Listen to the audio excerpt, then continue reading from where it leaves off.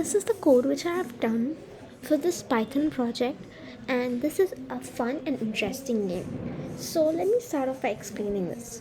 So when I run the program, it starts off by asking which turtle will win, because this is a betting game. So I'm gonna type a color which is there in the game.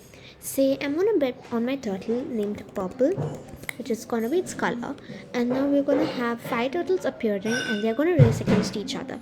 And if the color purple, if the purple color turtle wins, then I win the game. So let's see. So the turtles are all set. Purple's not doing that well, but let's see. Okay, obviously pink is the winner and I have lost. So let's try again with this time dark blue. So yeah, let's do it with blue.